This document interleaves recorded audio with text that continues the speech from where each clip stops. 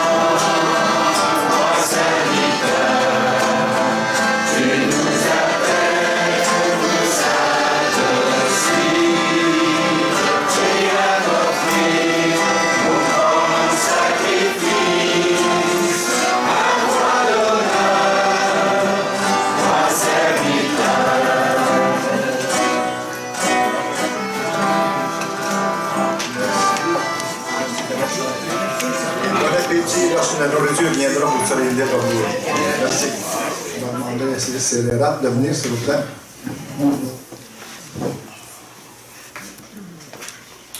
OK. Donc, je m'appelle Serairat Srin. Et puis, il y en a quelques-uns qui m'ont demandé ça veut dire quoi. Serairat, en fait, c'est un prénom composé. Serai, ça veut dire liberté. Et Rat, ça veut dire diamant.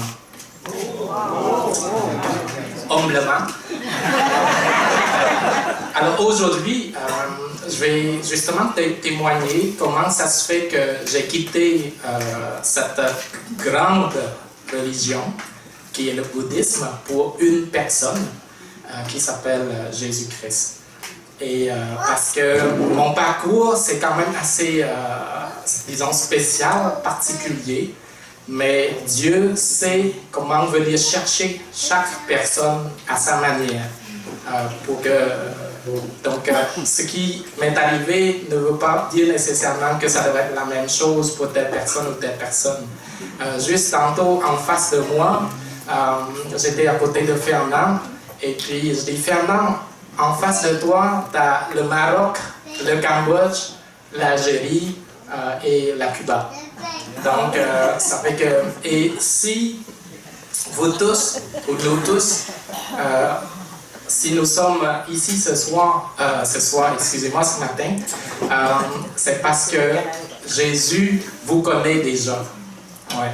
Et on est tous dans son plan, mais chacun à son rythme, justement, selon sa foi. Donc, Dieu a un plan vraiment spécifiquement pour chacun d'entre nous. Donc, c'en est un témoignage seulement, c'est pas quelque chose qu'on peut généraliser. Et moi, je viens du Cambodge. Donc, dans ma présentation, j'ai 1 heure. Ça fait que dans la première partie de la présentation, il va y avoir beaucoup de photos pour vous donner un aperçu d'où je viens, la culture, la mentalité, comment les gens ils vivent là-bas. Puis un peu un aperçu sur la religion bouddhisme. Et, mais je ne vais pas marteler là-dessus longtemps parce que le but c'est de dire comment ça se fait, ce serait quoi le parcours qui fait que par lequel je suis venu à Jésus finalement. Donc c'est ce bout-là qui est capotant. Alors soyez prêts. Et puis la partie photo, j'ai quand même mis beaucoup de photos. Je vais juste visualiser comme 2 secondes par photo, juste pour vous ayez un aperçu. Parce que ce n'est pas une conférence sur le tourisme, mais quand même, pour vous donner un aperçu. Alors, donc là, vous voyez justement le Cambodge, c'est un pays où, disons, le bouddhisme occupe 99,7%. Et le bouddhisme est la religion d'État. C'est pas comme ici au Québec où la religion et l'État sont bien séparés. Chez nous, non, c'est différent. Comme en Chine aussi, donc beaucoup de pays. Alors, on commence. Le Cambodge se trouve en Asie du Sud-Est. Autour, nous avons le Laos, le Vietnam, la Thaïlande. On a 340 km de plage. Ça, c'est notre temple, 7e merveille au monde. Ça s'appelle Temple Angkor Wat. Le Cambodge, c'est le pays où il y a le plus de temples, 2000 temples construits au 10e siècle, 12e siècle. Donc, c'est très connu. Ouais. Vous voyez? Donc, tous ces visages-là, en fait, ça reflète un peu la religion à l'époque au 10e siècle, 11e siècle. C'était plus brahmaniste. Donc le bouddhisme, en quelque sorte, le Bouddha, sa religion d'origine était brahmanisme. C'est une religion qui vient de l'Inde. Alors c'est une religion où les gens croient à une multitude de déités, donc d'esprits, des génies, des esprits protecteurs par territoire. Donc ça vient de là. Nos palais royaux.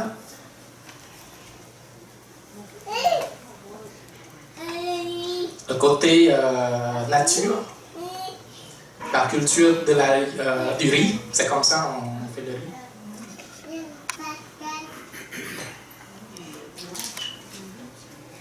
On a tout ce qu'il faut. si le Seigneur Jésus ne m'a pas amené ici, je serai au Cambodge, ça c'est sûr. Ça c'est la partie capitale. La superficie c'est gros comme ça fait la Saint-Jean, avec mais on a 3 millions d'habitants dedans.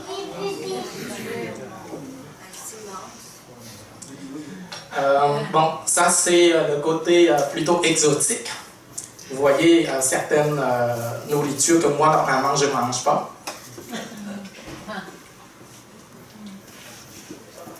Donc, ça fait que la relation avec les poules, on n'a pas la même relation avec les poulets comme ici au Québec.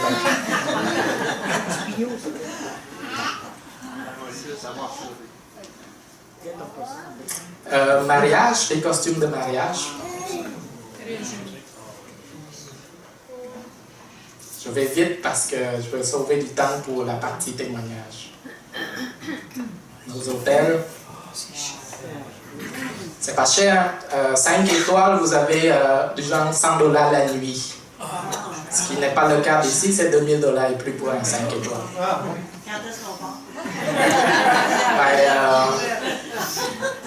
Je ferai un forfait. Il y en a plusieurs qui viennent. Bon, maintenant sur la religion, le bouddhisme. Alors, il y a quand même une sorte de commandement, les 10 commandements, mais, disons du Bouddha, mais si vous regardez, ça ressemble pas mal aux 10 commandements apportés par Moïse. Donc, ne pas tuer, voler, adultère, etc., etc. Donc, c'est quand même, il y a la base qui est là. Et en général, on trouve ce genre de valeurs dans presque toutes les religions sur la terre. Il faut être droit, honnête, il ne faut pas voler, il ne faut pas mentir, il ne faut pas corrompre. Alors, donc, dans presque toutes les religions, on a ça. Ouais, donc, durant, par exemple, des cérémonies, des fêtes importantes, c'est ce genre de vocabulaire qu'on souhaite à quelqu'un. Et en passant, aujourd'hui, c'est le nouvel an du Cambodge. Ouais. En fait, ça dure 3 jours, 13, 14, 15 avril.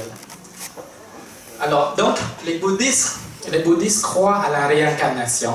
Les bouddhistes croient justement au paradis, l'existence du paradis, l'enfer. Alors, plus on fait du mal, on pêche sur la terre, plus on accumule le péché, ben, c'est sûr qu'il va y avoir le jugement dernier qui nous attend. Ça, les bouddhistes croient à ça. Donc, il y a l'enfer, ça fait que, sauf qu'ils croient à la réincarnation. C'est-à-dire que quand on meurt, après la mort, notre esprit irait quelque part pour se purifier. C'est-à-dire que après, à la réincarnation, on ne va pas se rappeler de qui on était dans la vie antérieure.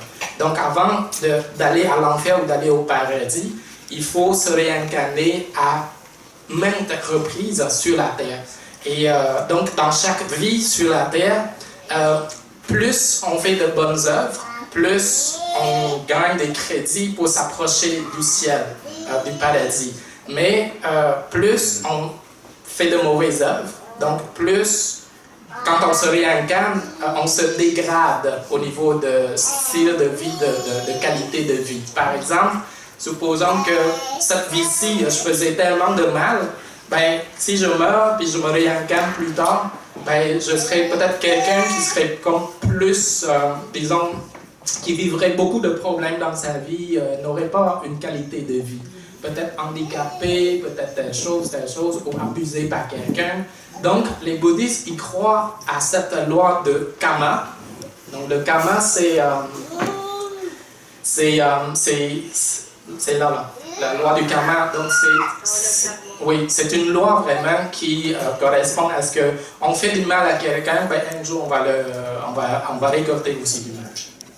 Donc, c'est vraiment une religion qui se base sur les œuvres.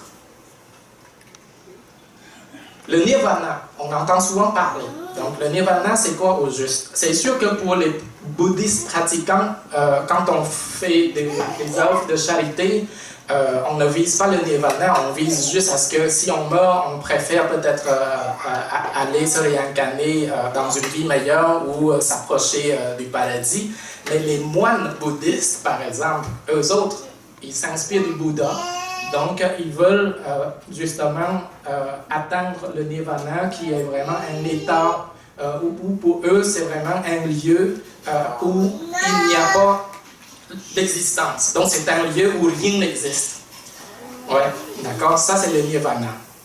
Là où on ne sent plus, on ne ressent plus l'existence de quelque chose. Pas de souffrance, pas de... C'est vraiment nouveau. C'est pas un peu comme le ciel? Dans la Bible, c'est que le Seigneur nous promet dans son royaume au ciel, c'est qu'on va vivre dans la présence de Dieu, on va vivre dans la félicité.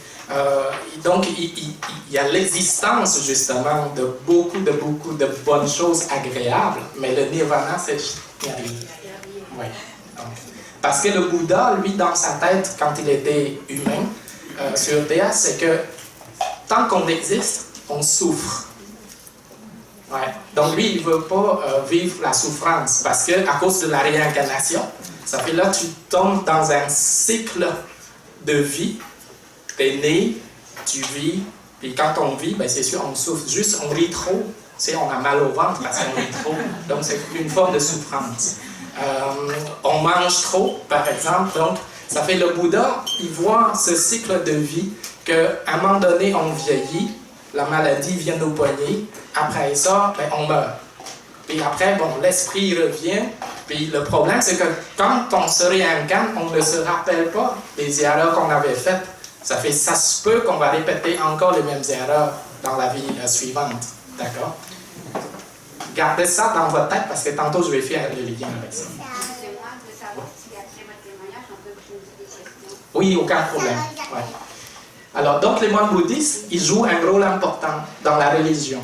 C'est que son rôle, il joue le rôle de médiateur entre les êtres vivants et les êtres invisibles, célestes. Ça peut être des anges, ça peut être les esprits, des mauvais esprits ou les esprits qui sont les défunts, les esprits, les morts.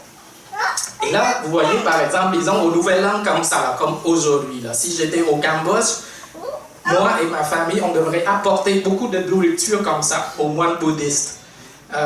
Et le moine bouddhiste, quand il reçoit toutes ces nourritures-là, c'est que lui, ce qu'il fait, il fait des cantations. Donc, il prie, il invoque des esprits et il dédicace toutes ces nourritures-là aux morts, qui sont des ancêtres de chaque famille.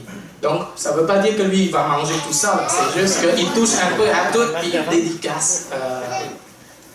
Voilà. Donc, vous voyez, il fait de l'eau bénite. Alors, pour bénir quelqu'un avec de l'eau, il y en a qui font des tatous. Donc, les tatous chez nous, c'est pas comme ici pour une raison esthétique.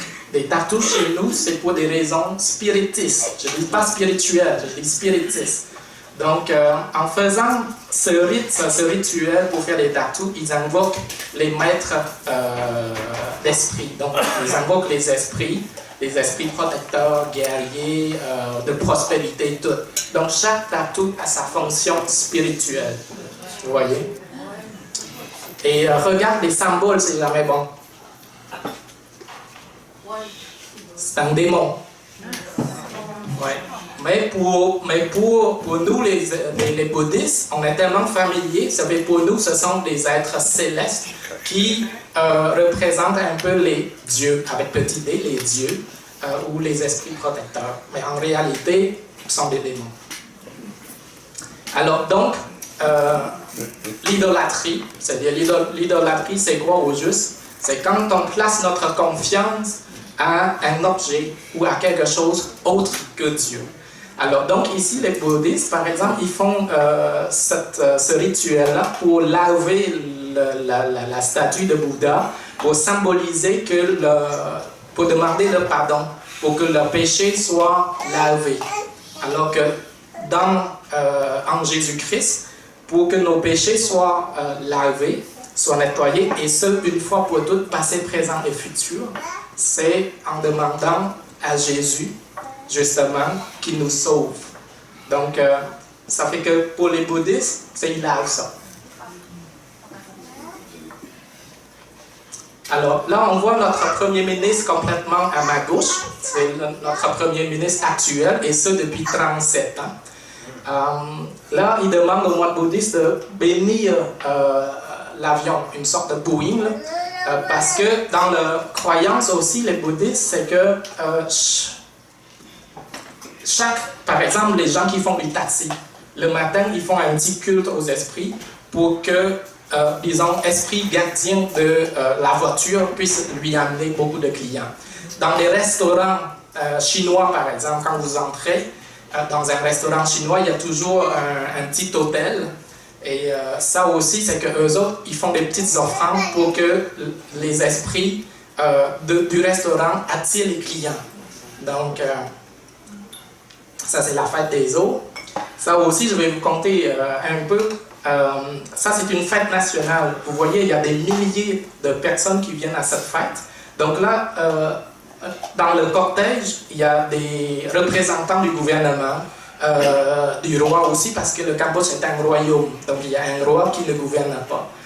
On a un premier ministre, puis les ministres. Là, ils suivent les vaches. Donc là, le représentant du roi. Puis là, ils amènent les vaches à manger la nourriture, des éabes, des haricots, du riz.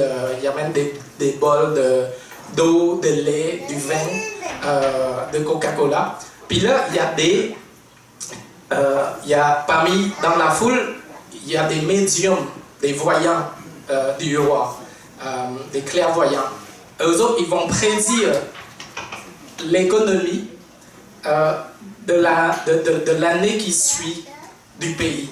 C'est-à-dire que si les vaches mangent, disons, boivent du vin, si les vaches boivent du vin, ben, tous ces médiums du roi, les clairvoyants, ils vont prédire que l'année prochaine, le Cambodge allait vivre des catastrophes naturelles ou la sécheresse ou la maladie. Vous voyez? Et ça, c'est dans une activité nationale. C'est à l'échelle nationale, c'est gouvernemental. D'accord? Là, maintenant que je suis ici, et que je suis dans le Seigneur Jésus-Christ, et que j'ai compris justement, je me suis dit, mais comment ça se fait que mon premier ministre, le roi, avec tous ses ministres, le gouvernement au complet, on dirige notre pays selon les vaches. Vous voyez? Donc, et ça influence beaucoup la mentalité de la population au total. Ça sont des hôtels. Oui, c'est dans tous les coins de la ville ou dans le pays, et il y en a presque partout, vous voyez. Donc c'est un peuple idolâtre. Alors ça, c'en est justement une personnalité, un esprit, disons pour les Cambodgiens protecteurs, pour les Indiens, c'est les Hindous aussi, les Chinois de la Chine aussi, ils reconnaissent dans le conte mythique, dans le mythe, il y a ce personnage, le roi de singe. Donc ça fait que si on parle par exemple des catholiques, c'est l'équivalent de l'archange Michael. D'accord? Donc, il y a des gens qui croient justement que ce personnage-là a beaucoup de pouvoir. Ça, c'est un médium, par exemple, qu'il se coupe la langue pour prendre le sang. C'est pour ça que je vous ai dit tantôt, attachez-vous, pour écrire sur des papiers et qu'on met tous ces papiers-là pour mettre sur devant la porte de chaque maison pour protéger justement les maisons. D'accord? Alors que dans la Bible, on a vu plutôt dans l'Ancien Testament, quand par exemple l'ange de la mort qui voulait venir prendre par exemple les premiers-nés égyptiens, alors là, Dieu l'Éternel avait dit à son peuple, ceux qui croient en lui, de mettre un signe sur les linteaux, donc devant chaque maison, et que ce signe-là, c'est le sang de l'agneau, sans défaut, sans tache. Et quand l'ange de la mort descend, il voit ça, ben, ils ne viennent pas chercher les premiers-nés de la famille où ils voient ce signe-là. Et donc, ça fait que dans la religion bouddhiste, eux autres, ils font autre chose. C'est différent. Et la communication entre les esprits les visibles et les invisibles, et nous les humains, ben, ça passe justement par les médiums, les moines bouddhistes. Les signes, c'est les cartes, ceux qui tirent les cartes. Donc des manifestations, des rêves, puis des corps possédés. Ouais.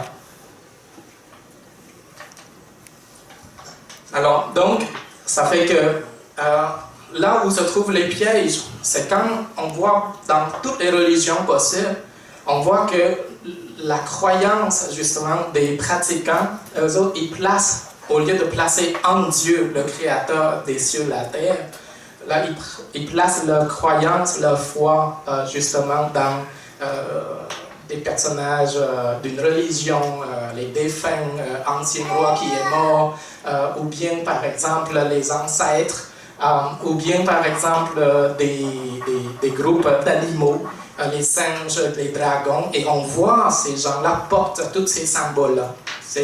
Par exemple, le dragon, pour la Chine, c'est l'esprit de prospérité, c'est la puissance, donc ça c'est spirituel, par exemple. Mais quand on voit la Bible, ce que représente le dragon, c'est pas du bon côté. Et les esprits sans abri, donc les esprits gardiens du territoire, les démons, les génies, etc. Bon, maintenant, c'est terminé pour la partie religion. Ma famille, quand même. Donc, j'ai 2 jeunes frères. Je suis au milieu. Les 2 autres, le plus jeune à ma gauche, il est encore au Cambodge, marié depuis 6-7 mois. Et celui à ma droite, il est en France avec sa femme et ses 2 enfants. Et mes parents, ils sont maintenant depuis 4 semaines au Canada avec moi. Et je suis le seul qui est dans le Seigneur. Donc il y a du travail. Alors, donc, dans notre famille, ça fait moi je suis le premier-né parmi les cousins, cousines, tout ça. Ça fait que je suis le premier-né. Et dans notre famille, on a des hôtels aussi, pour faire des cultes, des rituels, justement à nos ancêtres, aux esprits. Ma grand-mère qui a maintenant, je pense que pas loin de 91 ans, donc à sa fête, on invite des moines bouddhistes pour venir la bénir. Et tous les voisins et nous tous, les enfants, ben, on lui fait vraiment une cérémonie. Donc ça fait que les aînés chez nous sont très très respectés. On les garde dans nos familles, comme maintenant j'emmène mes parents parce que mes parents sont à la retraite puis il n'y a personne qui s'en occupe. Ça fait que moi, ça fait mon bonheur, je les amène avec moi. Je n'enverrai pas dans les centres de personnes âgées.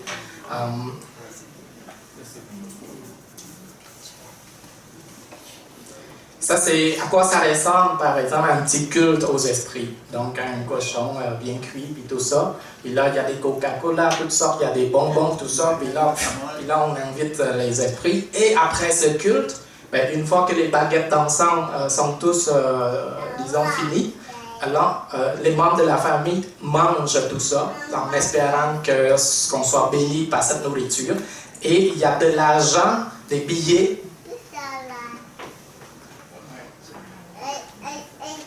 pour les esprits. Voilà.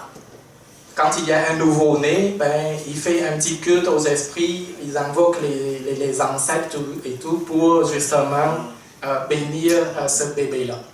Ça fait que moi, personnellement, maintenant que je sais, je ne ferai pas ça. Parce que là, tu demandes aux démons de venir vraiment exercer une influence spirituelle sur le nouveau-né, au lieu de confier ça au Dieu créateur des cieux et de la terre, le seul vrai Dieu.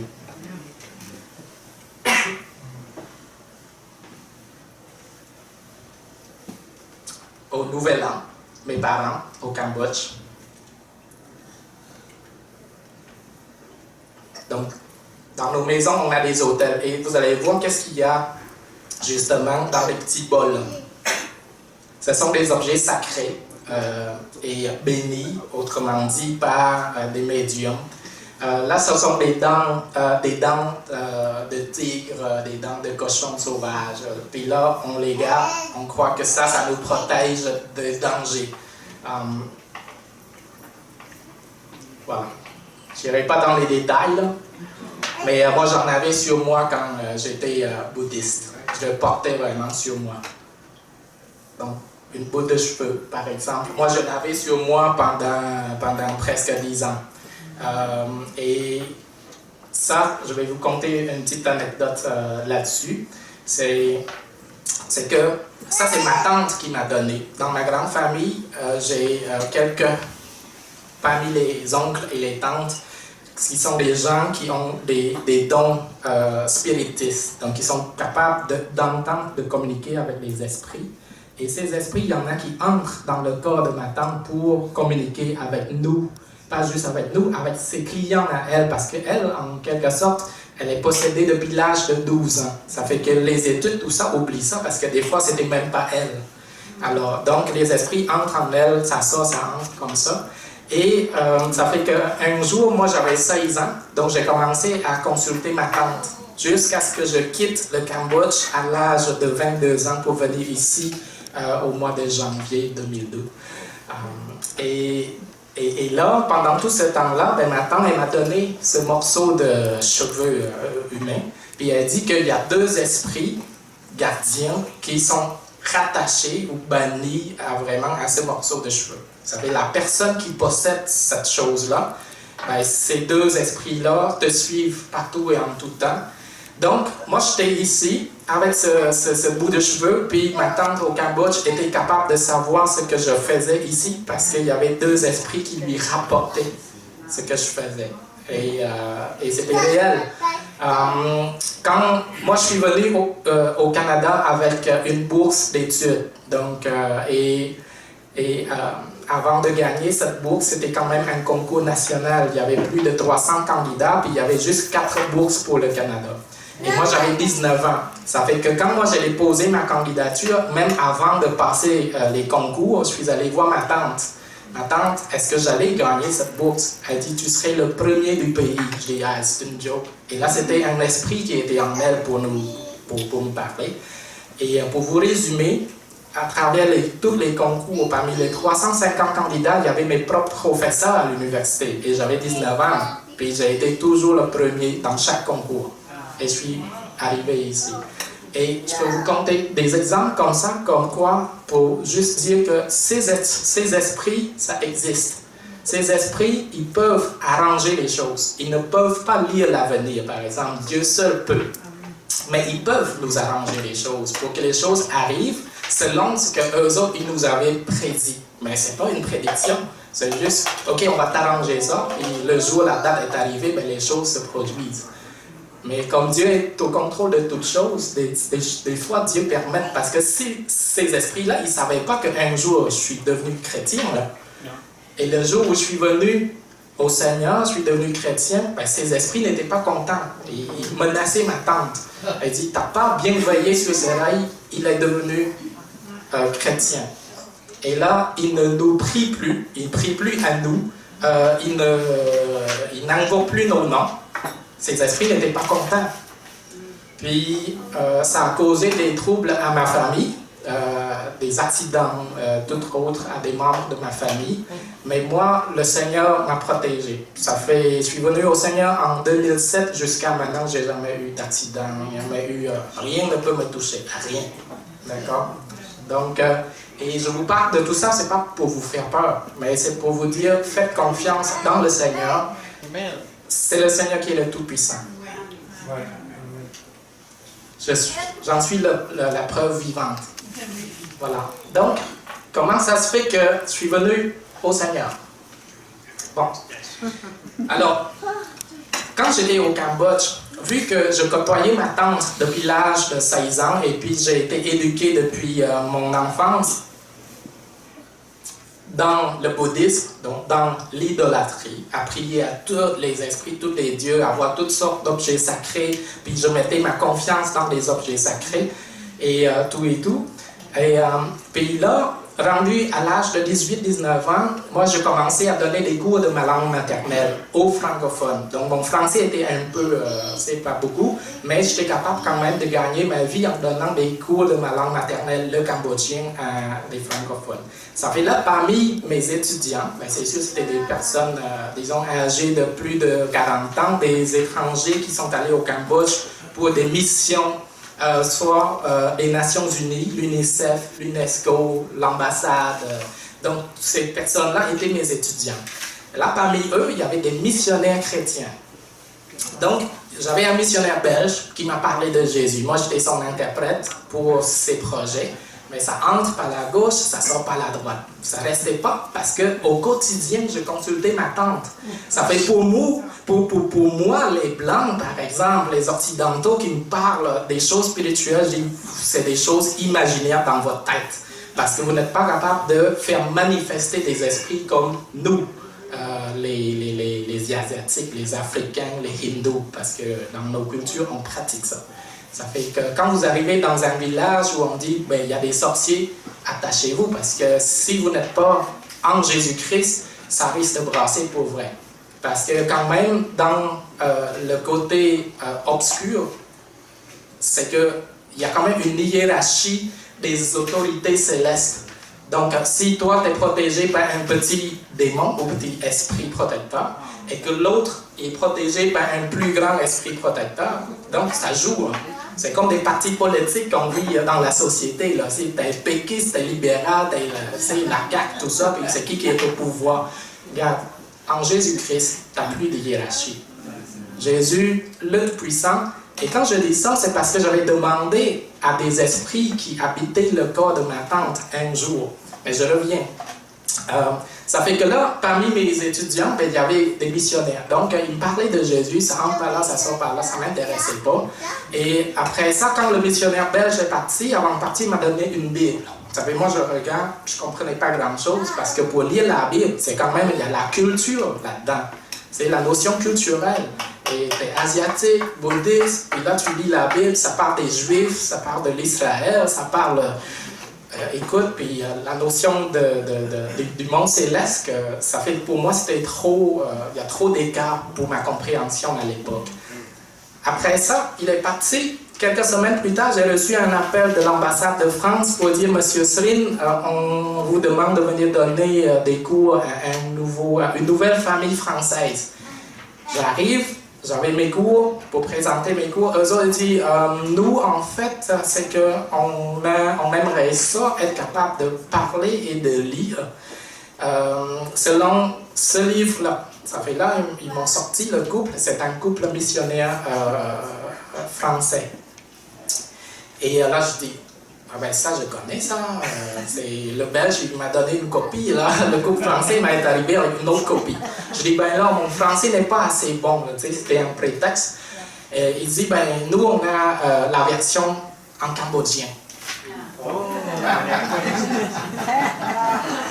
Ça veut dire qu'il dit, vous pouvez nous aider. Regarde, en plus, ils m'ont laissé, il s'appelle Yves et Myriam Pi. Ça fait que... Et donc, pendant 1 an et demi, il fallait que je traduise des versets bibliques, puis j'expliquais, puis tout ça. Et avant chaque séance de cours, ben, l'épouse puis son mari, ils me prenaient par la main comme ça, là, gauche et droite, puis ils se mettaient à prier Jésus. Vous savez, moi, je les regardais avec 2 yeux ouverts. Je dis, ils sont fous, les Blancs. Bon, et là, je dis... J'allais voir ma tante. J'ai dit, ma tante, écoute, j'ai une question. Est-ce que Jésus existe réellement? Parce que là, ma tante, comme d'habitude, quand j'allais la voir, un esprit entrait en elle tout de suite pour parler. Puis quand c'est un esprit qui te parle, c'est comme ton ordinateur, puis tu vas sur Google. Tu peux taper, tu peux demander quelle est la température en Chine présentement. Pouf, instantanément. Ben, ces esprits-là qui possédaient le corps de ma tante ont ce genre d'informations. D'accord? Parce qu'ils sont branchés, là. C'est pas un petit groupe comme ça, là. C'est des...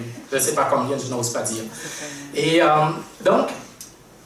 Ah, je ne sais pas, je viens de toucher un autre bouton. Ok, c'est bon à savoir.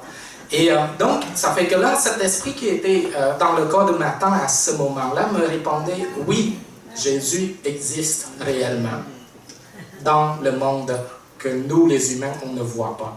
Mais nous, les esprits protecteurs, on est avec Jésus. C'est cette partie-là qui est mensonge. Et moi-même, c'est cet esprit qui était dans le corps de ma tante, quand j'étais sur la terre, J'étais mère de Jésus. Je m'appelais Marie. Puis moi, là, j'avais aucune espèce d'idée de c'était qui Marie, là. Puis et ma tante, c'est pas quelqu'un qui a une éducation du genre baccalauréat, cégep, universitaire, oublie ça. À l'âge de 12 ans, elle était déjà possédée. Donc, elle n'a pas fini les études. Ça fait de parler de Marie, de développement international, des lois, de l'anatomie, oublie ça. Mais dès qu'il y a un esprit dans son corps, on peut parler des droits, des commerces internationaux, on peut parler de la biologie, on peut parler de toutes choses. Et ça n'a pas été un rêve pour moi, parce que je l'ai vécu avec elle, je la consultais quasiment chaque semaine, pas juste moi, mes parents, les clients, même il y avait des ministres, des gens très haut placés du gouvernement qui la consultaient pour des affaires gouvernementales.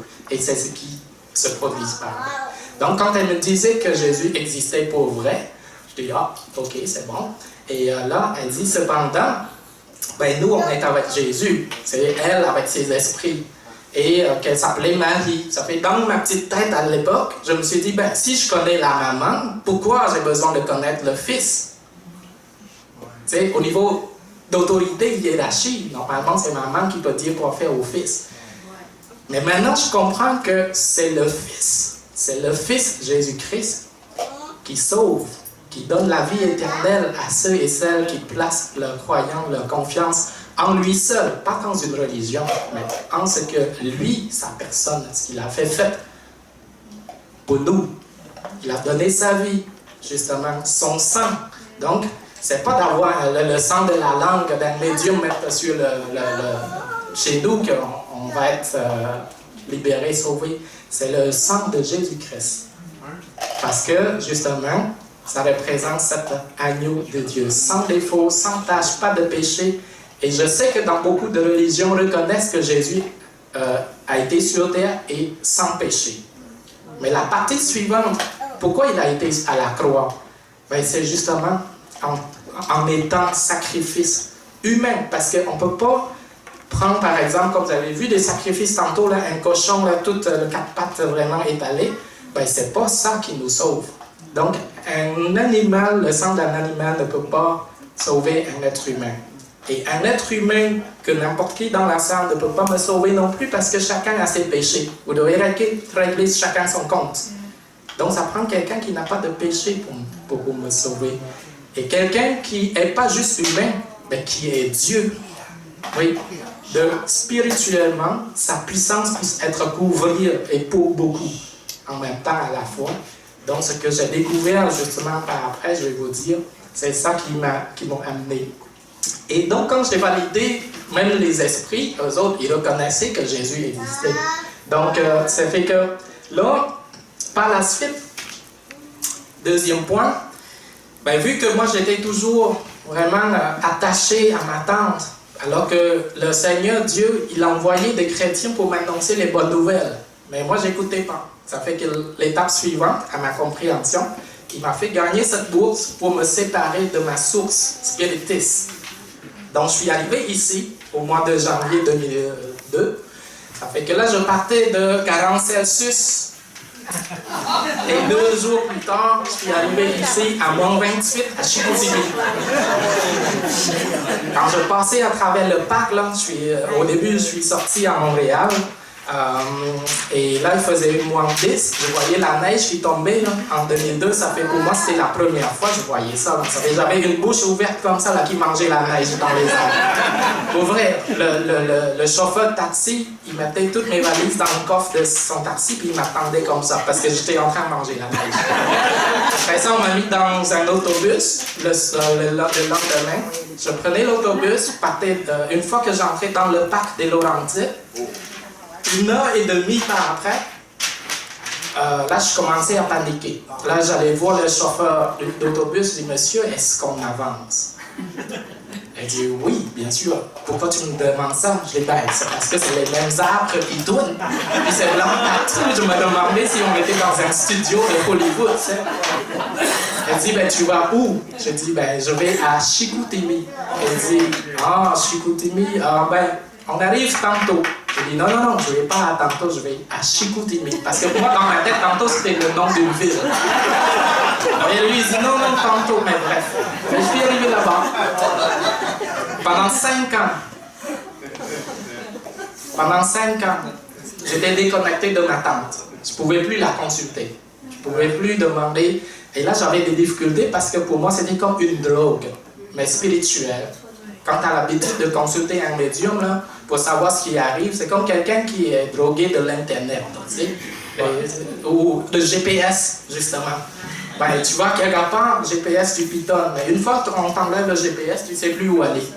Moi, j'ai vécu ça. Pendant 5 ans, je ne pouvais plus appeler ma tante. Ça fait que je me suis rendu compte que j'avais un problème de prise de décision. Je n'étais pas capable de prendre une décision. Et maintenant, c'est le tour de mes parents, parce que mes parents sont arrivés, là ils sont déconnectés, séparés de cette source spiritiste. Alors, mes parents ont des difficultés à prendre des décisions. Et là, ils ouvrent le livre d'astrologie, ils checkent les dates de naissance, les ci, les ça, pour prendre une décision. Ouais. Puis à chaque fois, ils voient que j'ai une amie, ils voulaient savoir la date de naissance de la fille pour calculer avec la mienne, pour savoir si un jour on se marie ensemble, ça va marcher. Mais c'est une religion comme ça. T'sais. Donc, ça fait que pendant les 5 années, justement, que je ne pouvais pas consulter ma tante, ça fait que moi, j'étais beaucoup impliqué dans des associations étudiantes et autres. Et là, c'était un nouveau style de vie, parce que quand on est étudiant, ben, c'est des pâtés, c'est les amis, les ci, les ça. Ça fait que, à la longue, j'étais en détresse. Parce que là, tu es loin de ta famille, tu ne sais plus où tu vas, tu es loin de tout le monde, tu es dans un nouveau pays, tu n'as pas de pouvoir, tu n'as rien, puis tout ça. Puis là, ça fait là, je dis, qu'est-ce que je fais? Ça fait que je vis au jour le jour à ce moment. Et un soir, ben, je sortais d'un gros party à l'université. Ça fait que je marchais devant une église catholique. Et là, je voyais la croix sur l'église. Et puis là, je me suis dit, je me rappelle, ma tante m'avait dit un jour, avant que je vienne au Canada, j'avais demandé à ma tante pour savoir si les esprits protecteurs allaient me suivre jusqu'au Canada pour me protéger, pour faire en sorte que je vive des succès, la prospérité, tout ça. Parce que ces esprits-là, c'est ça leur rôle. On leur demande de nous rapporter la prospérité et les succès.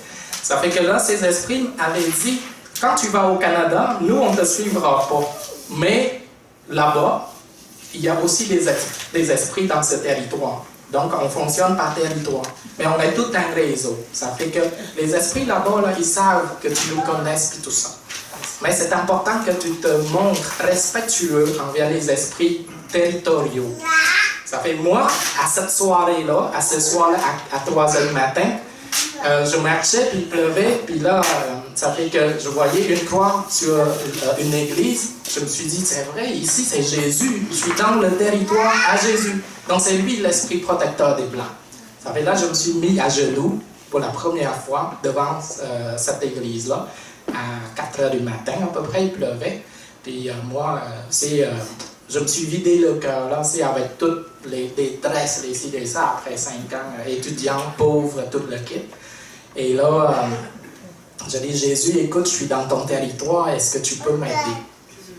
Aide-moi. Là, je ne file pas bien. Là. C'est parce que l'étape suivante, je ne serai pas quoi, là, psychologiquement. Et par la suite, ben, j'ai été dans la maison où j'habitais. On était 2-3 chambres. Puis là, il y avait une chrétienne qui est venue louer une chambre dans là où j'habitais. Ça fait la fille a commencé à cogner à la porte de ma chambre au moins 2 fois par semaine pour m'annoncer la bonne nouvelle. Elle dit, j'ouvre la porte. C'est quoi, Marianne, elle s'appelle Marianne. Elle dit, je t'annonce une bonne nouvelle. Et la bonne nouvelle. Je dis, c'est quoi ta bonne nouvelle? Ben, Jésus, il était à la croix, c'est pour te sauver de tes péchés.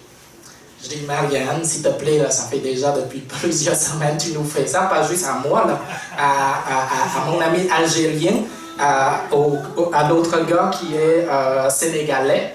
Tu sais, parce que c'est une maison de chambre étudiante, puis on est 4 là-dedans, 4 nationalités, puis elle était la seule chrétienne. Ça fait là, nous 3, les gars, de 3 nationalités, de 3 religions, on commence à la challenger. Là. puis finalement, elle nous voyait comme un peu pas très sécuritaire. Elle a déménagé. Puis par après, le jour où elle a déménagé, dans la même semaine, j'ai reçu un autre appel d'une vieille amie à moi, québécoise de Jonquière, que pendant 3-4 ans, elle ne m'avait jamais appelé. C'est une chrétienne. Elle m'a appelé. Elle dit « Hey, c'est vrai, j'ai trouvé ton numéro de téléphone dans mon ménage. » Et puis là, on jasait. Elle parlait de Jésus jusqu'à 1h30 du matin. Là, je dis, une vient de partir, puis l'autre m'appelle. Je ne sais pas ça. Ça fait que là, je n'ai pas saisi le signe non plus. Je n'ai pas saisi le signe. Parce que j'avais demandé à Jésus de m'aider. Là, il a envoyé encore du monde. Comme quand j'étais au Cambodge, j'étais entouré de chrétiens. Hein? Pouf. Et là, le mitaine. Tantôt, quelqu'un a parlé de mitaine. Ça fait que là, vu qu'à Chicoutimi, pas juste Chicoutimi, je pense qu'ici il fait aussi froid qu'à Chicoutimi ou au Saint-Jean. Et donc, j'ai perdu un beau matin une paire de mitaines. Ça fait là, il m'en restait juste une. Et là, j'étais à la recherche. Ça fait que finalement, pour vous résumer, j'entrais dans un centre d'achat, puis je tombais dans... j'ai vu une boutique avec une grosse banderole en haut de la boutique marquée « Bonne nouvelle ».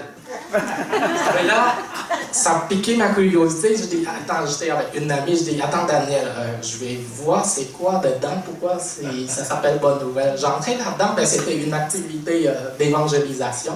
Il y avait des tables de livres, j'ai dit, vous faites quoi là, 2 par 2, assis, puis se parler, c'est-tu des consultations psychologiques? Ça fait qu'il y avait quelques-uns qui étaient à la table de livres et disent non, nous, c'est vraiment, on apporte la bonne nouvelle. Je dis, oh non, c'est la gang à Marianne. Et là, je t'ai poigné parce qu'on me posait des questions sur Jésus, puis moi, avec mon orgueil spirituel ou spiritiste, peu importe, je dis, oh Jésus, je sais, c'est qui lui? Il existe pour vrai, là. Même les démons, ils reconnaissent qu'il existe, tout ça. Je dis, après ça, il y en avait un frère qui, particulièrement, il a pris mes coordonnées, puis ils m'ont invité pour un déjeuner le lendemain. Ça fait le lendemain, moi, je me suis réveillé, je ne voulais pas venir, vraiment pas du tout, parce que la veille, je sortais beaucoup avec mes amis de l'université, ça fait quand tu te couches à 4 h du matin, tu te lèves, ça ne te tente pas de venir dans un déjeuner, surtout avec le groupe comme ça. Ça fait que, finalement, quand je me suis réveillé, j'ai vu une pochette de CD que, justement, à la table de livres, la veille, on m'avait donné. C'est marqué « Rien n'arrive par hasard » de Williams McDonald. Ça fait que je mets le CD, j'écoute. Ça a pris 3 minutes. Je dis « OK ». Je me suis habillé, je suis venu au déjeuner. Arrivé au déjeuner, c'était un déjeuner comme ça. Et là, on nous annonçait que c'était déjeuner, bonne nouvelle. Je dis, oh non, pas encore. Et par après, il y avait un couple chrétien qui était ici, là, c'est à ma place aujourd'hui, qui parlait de leur relation intime avec Dieu. Pour moi, c'était une insulte. Je dis, hey, nous, là, les bouddhistes, là, on n'est pas capable de connaître le seul vrai Dieu. On n'a même pas la notion de seul vrai Dieu. Parce qu'il y a tellement de multitudes de dieux, des ancêtres, chaque acte, chaque restaurant, chaque lieu, chaque territoire, les montagnes, les océans, on prie à tous les esprits territoriaux. Ça fait la notion de seul vrai Dieu qui a créé toutes choses, hein. On n'en a pas dans notre tête.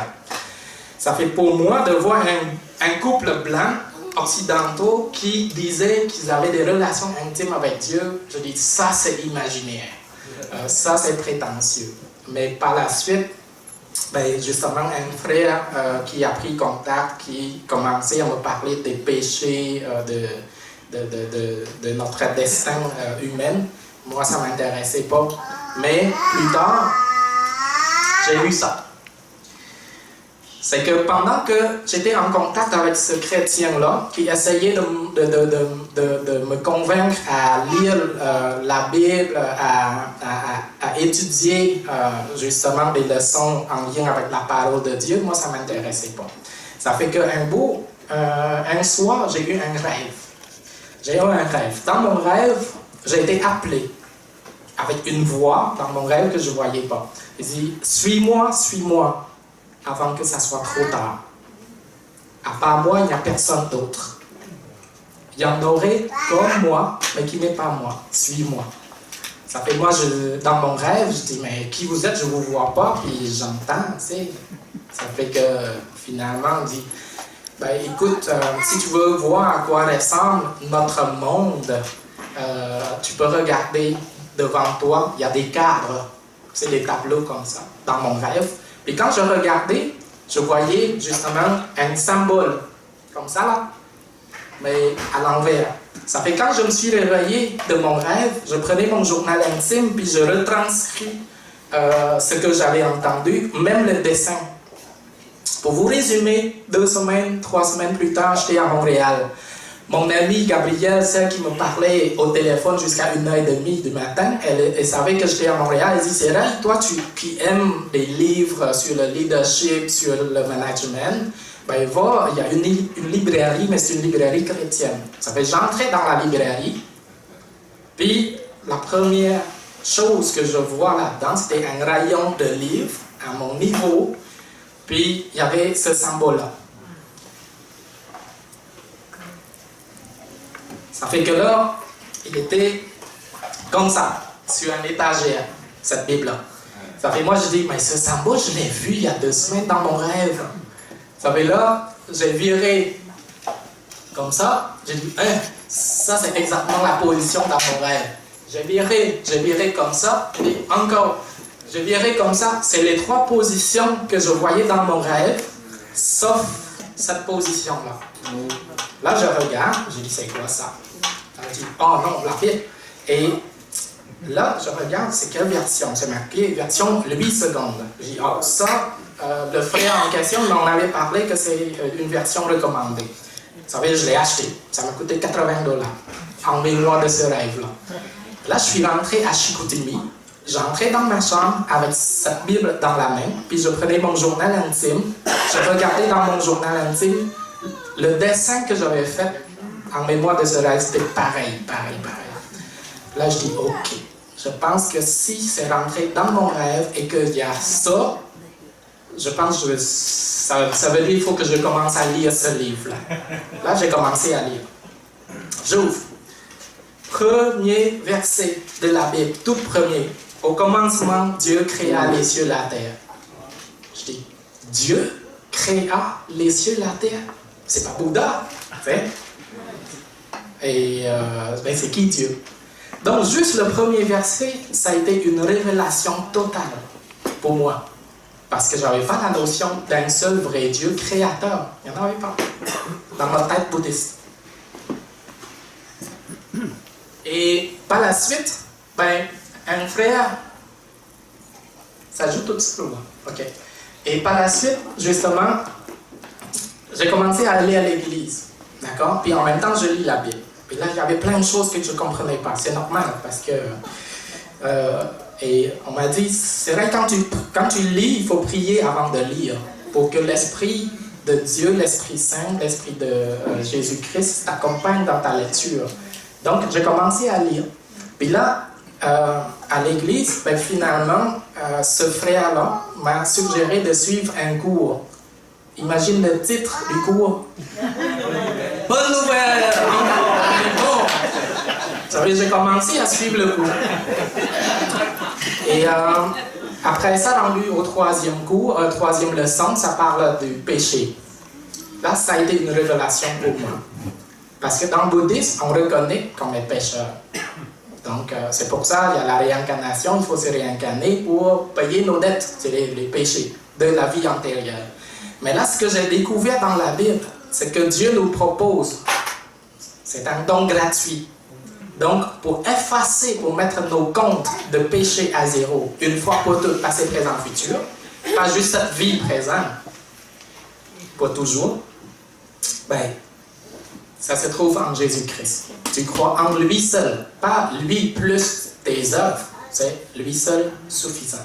Crois qu'il est le Fils de Dieu et qu'il est venu sur cette terre parce que dans l'histoire, j'ai aussi compris, quand j'ai lu dans la parole, à un moment donné, il y avait des Juifs, des Israélites qui demandaient à Jésus, c'était qui toi? Et puis pourquoi si tu prétends être Dieu et tout ça? était plus importante que notre père Abraham. Ben, comment le Seigneur a répondu? Avant que Abraham soit, je fus. Donc lui, son esprit existait depuis la création, depuis tout temps en fait. C'est juste qu'en tant qu'humain, il est venu par son Esprit Saint sur cette terre. Et c'est là que je me suis dit, bon, est-ce que ça coûte quelque chose pour accepter Jésus? Parce que moi, j'ai compris que de par la nature pécheresse qui se trouve en nous, c'est si tu crois à la réincarnation, tu meurs, puis tu te réincarnes. Il y a une chose de sûr, c'est que quand tu te réincarnes, tu ne te rappelles plus de ce que tu avais fait avant. Et avec la nature pécheresse qui nous suit, parce que c'est génétique ça, c'est depuis Adam et Ève qu'on voit. Y a-t-il quelqu'un qui n'a pas péché dans cette salle? Il n'y en a pas. D'accord? Donc, ça fait que spirituellement, génétique. Je dis, bon, je vais répéter encore d'autres péchés. Donc, moi, je suis fatigué de me réincarner, si ça existait, la réincarnation. Je ne veux plus me réincarner. Si je meurs, direct au ciel. Ça fait notre frère, il a dit, c'est gratuit. Et c'est là que j'ai justement dit, bon, écoute, j'ai compris qu'ici au Québec, là, quand on a une voiture, il faut assurer la voiture. Après ça, on a une maison, il faut assurer la maison. Tout est assuré. On a notre assurance de vie, maladie, tout. Mais ça, c'est sur terre. Avez-vous une assurance céleste? Si vous mourrez, vous allez où, là? Ben moi, dans le bouddhisme, je ne veux pas me réincarner en chien, en chat ou en personne, je ne sais pas, je veux aller au ciel, dans la présence de Dieu. Et dans la Bible, on voit dans l'Apocalypse, Dieu nous dit, vous allez être dans ma présence si vous êtes sauvés en Jésus-Christ. C'est sûr qu'on pourrait dire, mais ceux qui ne connaissent pas Jésus, comment ils seraient jugés? Ben, ces gens-là seraient jugés selon justement leur conscience, selon leur croyance. Ben, moi, je ne veux pas être jugé à la bouddhiste, je veux être jugé selon Jésus-Christ.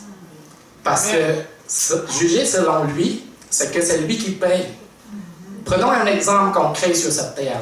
Supposons que j'ai une voiture, puis je suis juste quelqu'un normal, étudiant comme ça. Ben, je pogne un accident. C'est pas moi qui est fautif, là. C'est quelqu'un d'autre qui m'entre là-dedans. Mais la voiture est toute scrappée. Puis c'est qui paye pour la réparation? Ben, j'ai pas de moyens. Donc ça prend un assureur, quelqu'un qui a la capacité pour payer à ma place. Ben, Jésus, il est comme ça. Il a la capacité à payer à notre place, mais spirituelle. Mais une fois que j'ai accepté Jésus, de par cette croyance-là qu'il est le seul sauveur, et qu'aucune religion ne peut offrir, parce que là, on ne parle pas de religion, on parle de notre relation avec Dieu. Et Dieu est le seul médiateur entre l'homme et Dieu. Et non pas les moines bouddhistes, non pas les autres esprits non plus, et non pas les religions non plus, parce que les religions veulent être remplacées, ce médiateur-là. Et c'est là que j'ai confessé. C'est parce que c'est une assurance céleste qui ne m'a pas coûté un cent. Et par la suite, ben, justement, j'ai eu mon baptême. Et donc, tout ce que j'ai découvert dans la Bible, c'est toutes des choses que j'avais faites quand j'étais bouddhiste. Adorer les esprits, croire à des petits objets, donc c'est l'idolâtrie, consulter les médiums, l'astrologie, toutes des choses qui représentent une abomination à Dieu, créateur des cieux et de la terre. Ben, je l'avais fait, j'avais tout fait. J'ai dit, ben ça y est, c'est sûr qu'il n'y a personne qui peut me sauver sur cette terre. Parce que j'ai trop fait de... Et donc, ça fait que c'est sûr que je résume quand même ce qui me sont arrivés, mais la Bible m'a tellement aidé à comprendre cette vérité spirituelle. Parce que je connais les deux côtés. Ça fait que maintenant, je préfère être avec le côté où je n'ai pas de fardeau sur les épaules. Le fardeau de la vie. Et maintenant, je suis sur terre comme vous. Je sais que Dieu me protège. Je sais que Jésus me protège. Là, il y a des gens qui disent hey, « c'est vrai, tes parents, eux autres, ils font encore des cultes aux esprits. » Oui, bien sûr. Mais là, ils viennent habiter avec toi. T'as pas peur, je dis. Pourquoi j'ai peur? Jésus, c'est le Tout-Puissant. Les esprits eux-mêmes, ils m'avaient dit quand j'étais au Cambodge. Donc, effectivement, il n'y a rien qui peut nous atteindre sans... Vous vous rappelez dans la Bible, l'histoire de Job, quand Satan voudrait vraiment toucher Job. Sans la permission de Dieu, il ne pourrait rien faire, même s'il est le Tout-Puissant, quoi que ce soit. C'est Dieu qui autorise, c'est Dieu qui permet. Alors, donc, j'ai fini le bouddhisme. Merci.